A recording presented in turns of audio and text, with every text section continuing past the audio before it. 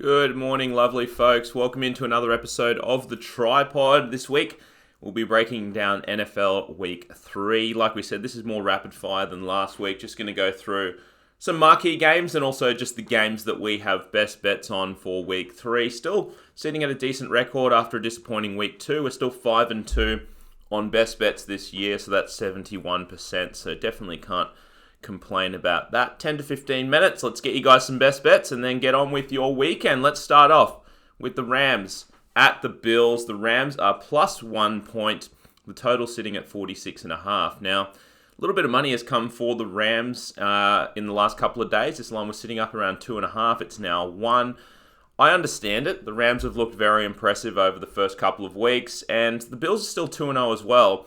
I just think that people aren't really rating the Bills highly. And look, I can understand the money. The Rams are legit. The defense is one of the best in the league. The rush game has been very good. But, you know, now you're missing Akers. You're missing Brown. He's beat up. And honestly, this Bills team, like, they could be completely legit. Josh Allen, we know all about his run game, but he's finally got a legitimate wide receiver threat in Stephon Diggs that they picked up in the offseason. And through 2 weeks, Josh Allen has the most passing yards in the entire league, which you would never have thought coming into the season.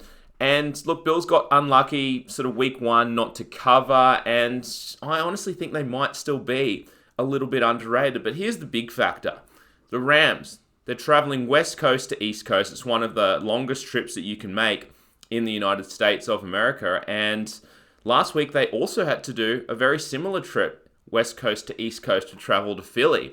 Now, usually they would try and stay on the East Coast and just have a chill week in preparation for this Bills game. But with the COVID restrictions, they've had to travel back to LA between this one. So that's 2 back-to-back cross-country trips in 1 week. It's landing me on the Bills in this one, and we do have one best bet to signify that. We're taking the Bills straight up just to win the game. The best price for that one is $1.83 on Unibet. Let's move on to the next game. It's the 49ers at the Giants. The 49ers are 3.5 point favorites now. The total sitting at 42. A little bit of money has come for the Giants. And I mean, we all know the 49ers are absolutely beaten up. Like, Jimmy G went down, now you lose, Mostert, the running back, and Tevin Coleman as well. So that's a couple of running backs gone. But the big news here is the defense, I think. Nick Bosa out and Dee Ford. And Kittle just got ruled out a few hours ago.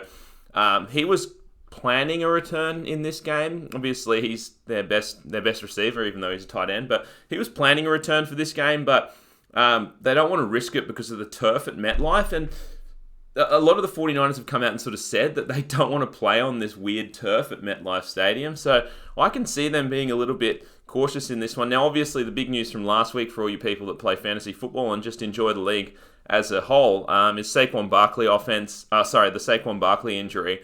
And the offense runs through him for this Giants side, but this might free up, Danny Dimes to throw it a little bit more, because it's like when you have Saquon there, you really need to feed him. He's obviously your best player, but that might free up the passing game for this Giants side a little bit more. Same as the 49ers, you lose a couple of running backs. Obviously, they love to run the ball, plus those defensive injuries on this 49ers side, and the total is low. It's 42, and I understand it, it's a backup quarterback for the 49ers. You're missing a few offensive weapons and stuff, but I think the stats for these teams are probably a little bit suppressed in terms of, they love to run the ball, and this week I think they're not going to be able to do that, or game plan might be to run the ball a bit less given the injuries that have come up. So we like the over in this one. We're taking a couple of best bets. We're taking just the game over 41. That's $1.82 on Unibet. 41's a fairly key number in the NFL, so try and get that one if you can. And we're going to take the Giants team total over 17.5 points. You'll find that one $1.83 on Bet365. The first one's on Unibet. I can't remember if I said that or not. All right, the Washington football team. Can't call them what they used to be called anymore. I keep getting mixed up with that anyway.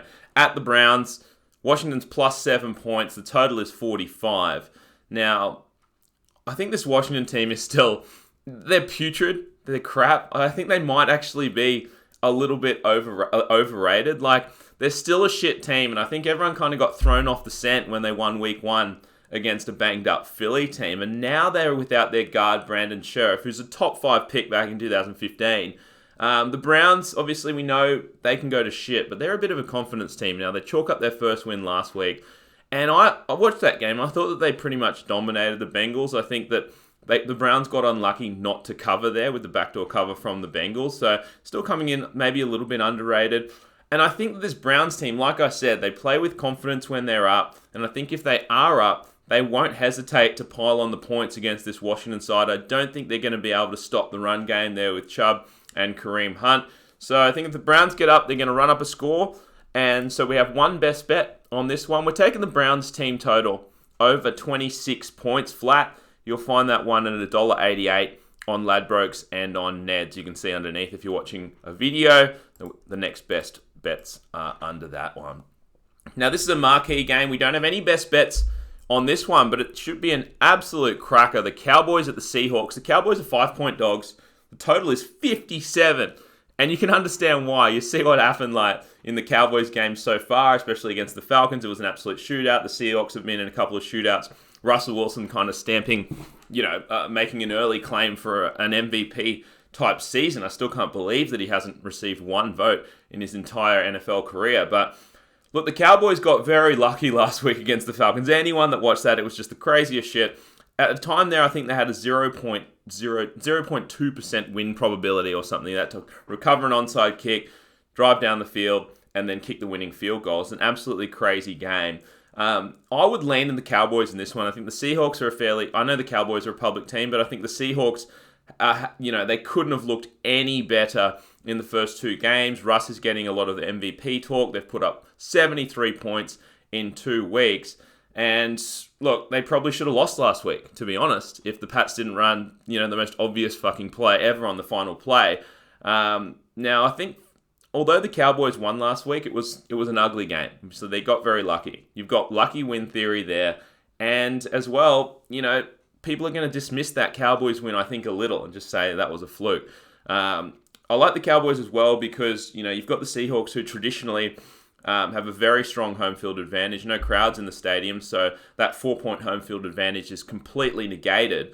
The one thing that worries me, and Jacob mentioned this to me before the pod, is there's been 2 now very big line moves against the Cowboys in the pregame leading up to the kickoff. So, I can only think that that's some sharp movement. Big syndicates coming in and playing big money against the Cowboys, whether that was sharp play on the Falcons or against the Cowboys, I don't know. But look, I would take the Cowboys here. So we actually have, me and Jacob, a side bet. I've let him talk me into taking a shit number again, but I'm taking the Cowboys plus 4.5 for a $200 side bet with Jacob in what should be a very entertaining game. Let's move on to the Lions catching 5.5 points at the Arizona Cardinals. The total is 55 points. Now, some people might look at this one and say, what the fuck? How are the Cardinals at home only laying 5.5 points? And it's an easy one that I think most bettors will fall into the trap of saying that line seems cheap. These Cardinals have been on fire and the Lions have been putrid. But let's look a little bit closer. The Lions, you love to play, firstly, an 0-2 team against a 2-0 team. This Lions team will be far more desperate than this Cards team. And let's look a little bit closer at their losses. I think it was a phony loss week 1 versus the Bears, and the Bears are still undefeated. Then they came up against a red-hot Packers team and a rejuvenated Aaron Rodgers that went crazy last week. And they've been without Kenny Golladay for the first 2 weeks. He's their best wide receiver. He's back this week. Now, on the Card side, I don't think people could be any higher on the Cardinals. And look, maybe they're completely legit, but they were a below-average team last year. And I know that DeAndre Hopkins has been going mental, but I don't know. I think this Cardinals team may still be a little overrated early in the season. So I think the Lions are the sharp side here. And instead of taking the full game number, I think this one's a little bit better. We're taking the Lions plus 3.5 points in the first half. That's $1.85 on Unibet. Let's move on to what should be an awesome game. The Packers at the Saints. The Packers are plus 3 points and the total is 53.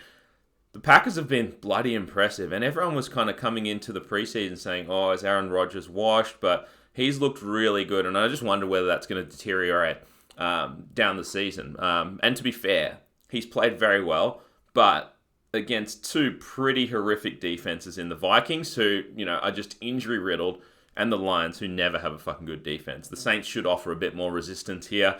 The issue is, it would have been great if both teams were fully healthy, had their best receivers, but Devontae Adams is doubtful with that hammy injury, and I think, even if he goes, he's going to be hampered, that's for sure. Plus, you get Kenny Clark back. He should improve the defense there. And no Michael Thomas for the Saints as well. So both sides either missing or, I'm not sure if Devontae Adams will play. But both sides with hampered best wide receivers. So huge game for both teams here. And I think that, with the receivers hobbled or out, we've seen what the Saints do. I mean, traditionally people think of them as a high-scoring team. They haven't been a passing team for ages. Drew Brees has loved to just throw off those short dump-offs to Kamara, to Michael Thomas.